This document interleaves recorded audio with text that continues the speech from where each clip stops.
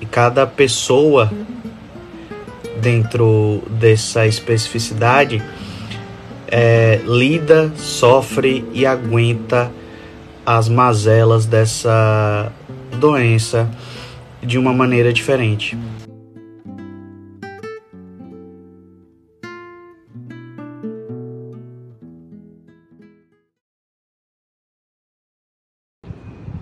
Ei, Caio, olha isso aqui.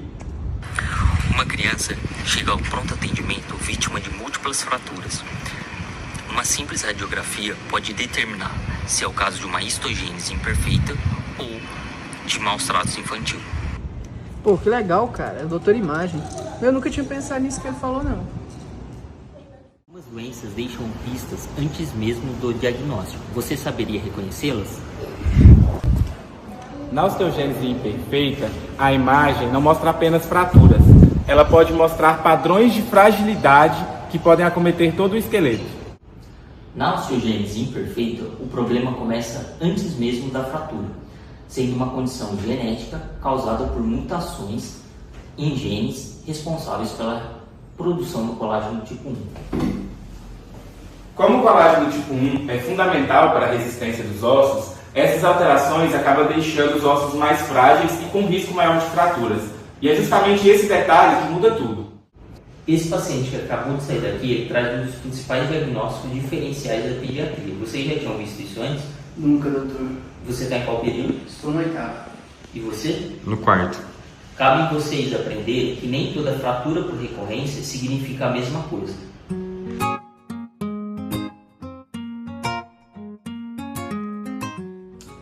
Quando a gente compara a radiografia de um esqueleto normal, a diferença fica ainda mais evidente. Na radiografia é possível perceber um afinamento importante das corticais, tanto das costelas quanto os ossos longos e também das vértebras.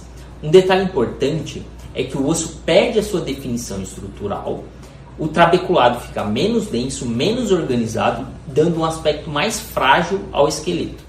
Essa imagem mostra uma radiografia da pelve normal e uma radiografia de uma pelve alterada. Na imagem normal, observamos ossos com a cortical mais espessa e com a densidade adequada. Já no alterado, vemos uma transparência óssea aumentada, chamada osteopenia grave, além desse afinamento da cortical, que significa que a camada externa do osso está mais fina. Essas alterações acontecem porque na osteogênese imperfeita, ela é uma doença genética relacionada à produção defeituosa do colágeno do tipo 1, que é uma proteína fundamental para a resistência óssea.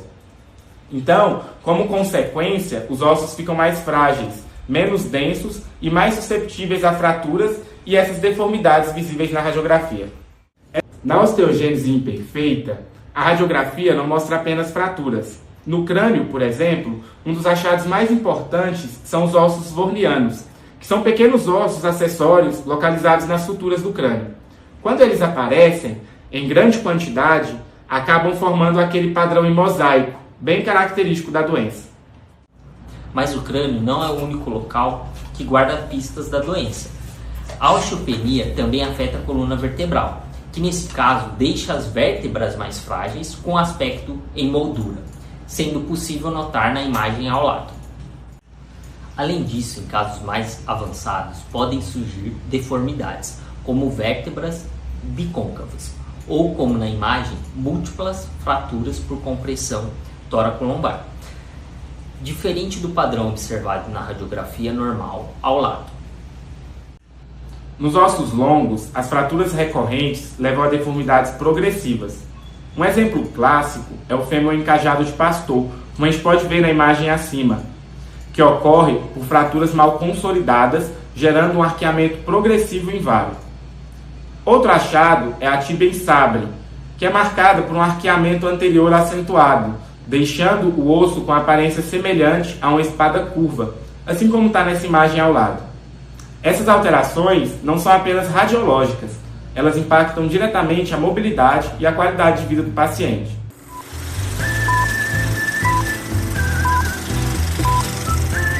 Oi, tudo bem? Meu nome é Richard e eu sou uma pessoa com osteogênese imperfeita. Pois é, eu não me encaixo naquele estereótipo. Eu sou adulto.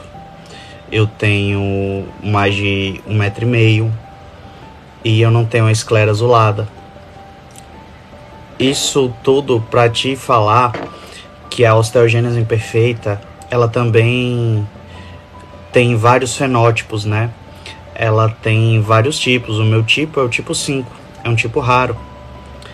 E cada tipo tem sua especificidade. E cada pessoa, dentro dessa especificidade, lida, sofre e aguenta as mazelas dessa doença de uma maneira diferente. Mas todos nós temos direito à dignidade. Um forte abraço.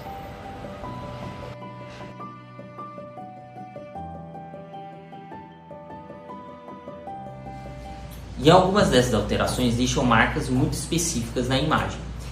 Em alguns subtipos, como no tipo 5 da classificação de Sainz-Glorier, podem aparecer achados específicos como calos hiperplásicos, como na imagem ao lado, e ossificação da membrana interóssea do antebraço, como na imagem acima. Um detalhe muito importante, principalmente para os radiologistas hoje em dia, são as chamadas linhas em zebra. Essas linhas são bandas mais densas, transversais, que aparecem na metáfise dos ossos, principalmente em pacientes tratados com bifosfonatos em ciclo. E cada uma dessas linhas marca justamente um ciclo da infusão. Já no crânio ou nos ossos chatos, isso pode aparecer como aquele padrão chamado de osso dentro de osso. E esse é um ótimo exemplo de como a imagem pode mostrar não só a doença, mas também os efeitos do tratamento.